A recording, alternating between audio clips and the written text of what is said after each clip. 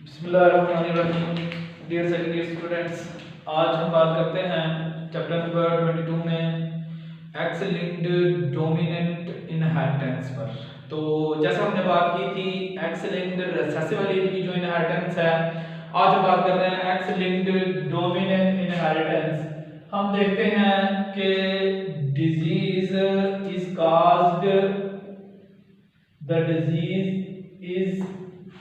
caused by dominant allele, यानी कि अगर किसी ऑर्गेनिज्म किसी पर्सन में डोमिनेंट एलील आ जाए तो उसमें डिजीज काज होगी, और अगर कोई होमोजाइगस रिसेसिव हो तो वो नॉर्मल रहेगा, यानी कि इसकी जो नॉर्मल प्रोड्यूस होने की चांसेस हैं और जो अफेक्टेड हैं, देखें हम बना लेते हैं कि जीनोटाइप जो नॉर्मल होंगे और इसी ही तरह से जो इफेक्टेड होंगे। मिसाल के तौर पर अगर कोई इंडिविजुअल होमोजाइगस रिसेसिव हो तो ऐसी सूरत में वो नॉर्मल होगा, और अगर कोई इंडिविजुअल होमोजाइगस डोमिनेंट हो या हेटेरोजाइगस डोमिनेंट हो तो वो डिजीज्ड होगा यानी इफेक्टेड होगा, जैसे कि कंडीशन ये है। और क्योंकि ये एक्स लिंक्ड है तो ऐसी कंडीशन होमोजाइगस डोमिनेंट होने की कंडीशन भी और होमोजाइगस हम कहते हैं हेटेरोजाइगस डोमिनेंट होने की कंडीशंस भी सिर्फ और सिर्फ फीमेल में ही पॉसिबल है। लिहाजा हम ये कहते हैं कि ये वाली डिजीजेस जो है more prominent, these are more prominent in females, यानी कि फीमेल्स में ज्यादा वाजिया और नुमाया होती हैं। अभी हम इसका एक डिग्री चार्ट और डिग्री एनालिसिस जो है वो बनाकर देख लेते हैं कि किस तरह से ये एक अफेक्टेड मेल के जरिए से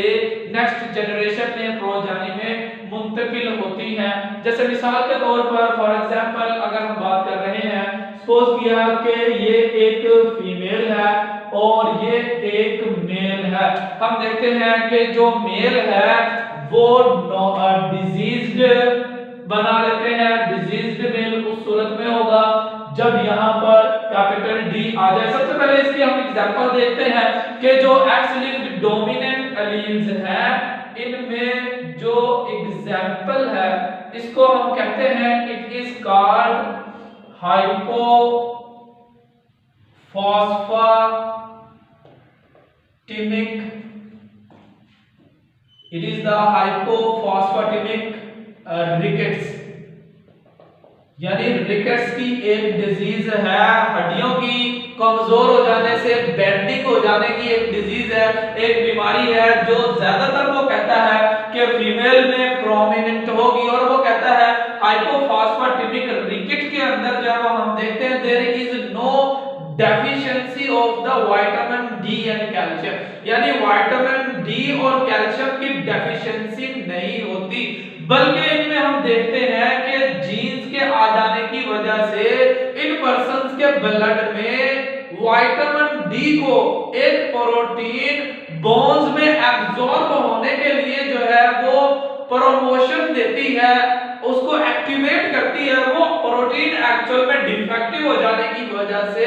ये वाला रिकेट्स काज होता है। लिहाजा इसको हम कहते हैं इट इज कॉल्ड हाइपोफॉस्फेटेमिक रिकेट की डिजीज जो है वो कहलाती है कि ऐसी एबनॉर्मल प्रोटीन है जो कि विटामिन डी को रिस्पांस ही नहीं देती ब्लड में बॉडी में, तो ऐसी सूरत में बोन वीक पैदा होती है और उनकी बेंडिंग होती है, इसलिए हम इसको डी वाले लेटर से जाहिर कर रहे हैं। तो अब आप जरा गौर करें कि ये वाली एक फीमेल थी और हम कहते हैं कि ये फीमेल नॉर्मल थी, तो ऐसी सूरत में एक ही कंडीशन हो सकती है कि जब इस दोनों के एक्स क्रोमोसोम्स पर रिसेसिव एलील हो। अब देखें अगली जनरेशन में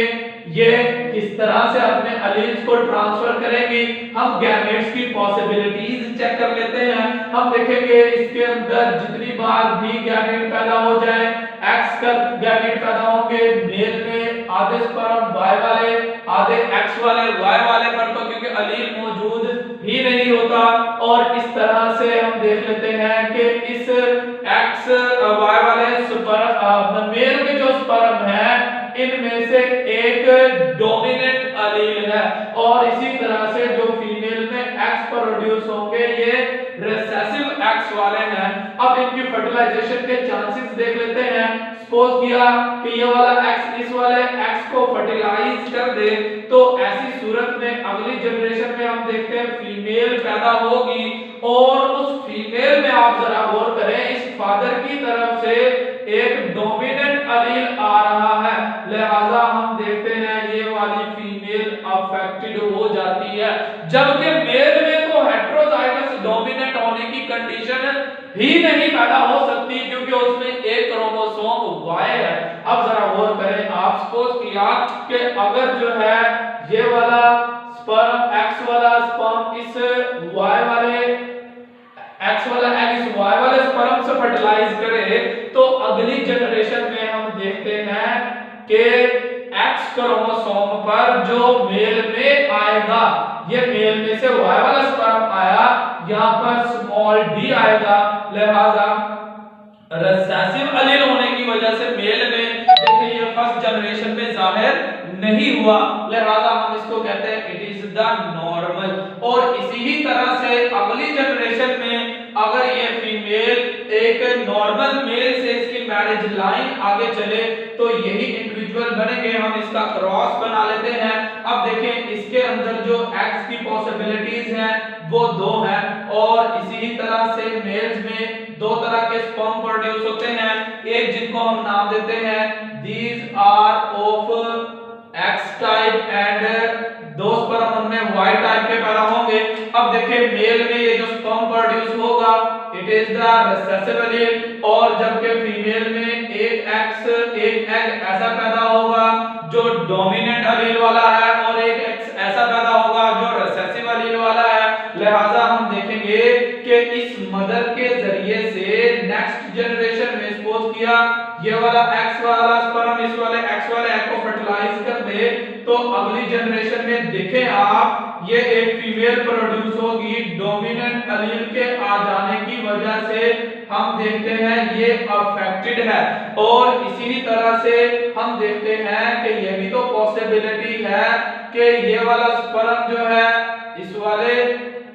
एक्स वाले स्पर्म से ये वाला एग फर्टिलाइज हो जाए तो ऐसी कंडीशन में देखें आप कि ये वाली जो फीमेल है इधर फादर से जो एक्स क्रोमोसोम आया रिसेसिव एलील वाला, मदर से जो कि हेटेरोजाइगस डोमिनेंट थी एक रिसेसिव वाला एक्स आ गया तो ऐसी सूरत में ये फीमेल नॉर्मल हुई, यानी आधी फीमेल अफेक्टेड प्रोड्यूस होंगी आधी नॉर्मल प्रोड्यूस होंगी। और इसी ही तरह से पॉसिबिलिटीज चेक कर लेते हैं इस वाई वाले स्पर्म की। सपोज किया कि अगर ये वाला एक्स वाला एग जो है इस वाई वाले स्पर्म से फर्टिलाइज हो तो अगली जनरेशन में देखें एक वाई क्रोमोसोम आएगा और इधर से एक एक्स आ जाएगा जो कि डोमिनेंट एलील वाला है, लिहाजा अब जाकर ये वाला मेल भी अफेक्टेड प्रोड्यूस होगा। और इसी तरह से ये भी तो पॉसिबल है कि ये वाला एक्स जो है इस वाले वाई वाले स्पर्म से जो है वो फर्टिलाइजेशन कर ले तो अगली जनरेशन में देखें एक्स वाई जो है वो हमारे पास मेल प्रोड्यूस होगा जबकि ये वाला एक्स रिसेसिव एलील वाला है, लिहाजा हम इसको कहते हैं it will be the normal. यानी कि नेक्स्ट जनरेशन में आधे male 50% male were affected and 50% female were affected by the carrier mother जिसको हम कहते आए हैं या हेटेरोजाइगस फीमेल जो क्या अफेक्टेड थी वो अपने एक एक्स को अगली जनरेशन में मेल में डोनेट करती है मुंतकिल करती है या ट्रांसफर कह लो और दूसरे एक्स को वो फीमेल में करती है तो उसके हम देखते हैं 50% मेल अफेक्टेड होंगे बच्चे और 50% उसके फीमेल बच्चे अफेक्टिंग होंगे और 50-50 नॉर्मल होंगे क्योंकि फादर की तरफ से जो है वो हम देख रहे हैं कि रिसेसिव एलील के आ जाने की वजह से एक होमोजाइगस रिसेसिव फीमेल पैदा हो जाती है जो कि नॉर्मल है। और इस तरह से हम देखते हैं एक्स लिंक्ड डोमिनेंट ट्रेट जो है वो फीमेल में ज्यादा प्रोमिनेंट है और ये जो डिजीज की एग्जांपल है हाइपोफॉस्फेटेमिक रिकेट्स, बहुत रेयर केसेस में इस डिजीज को देखा जाता है। Thank you.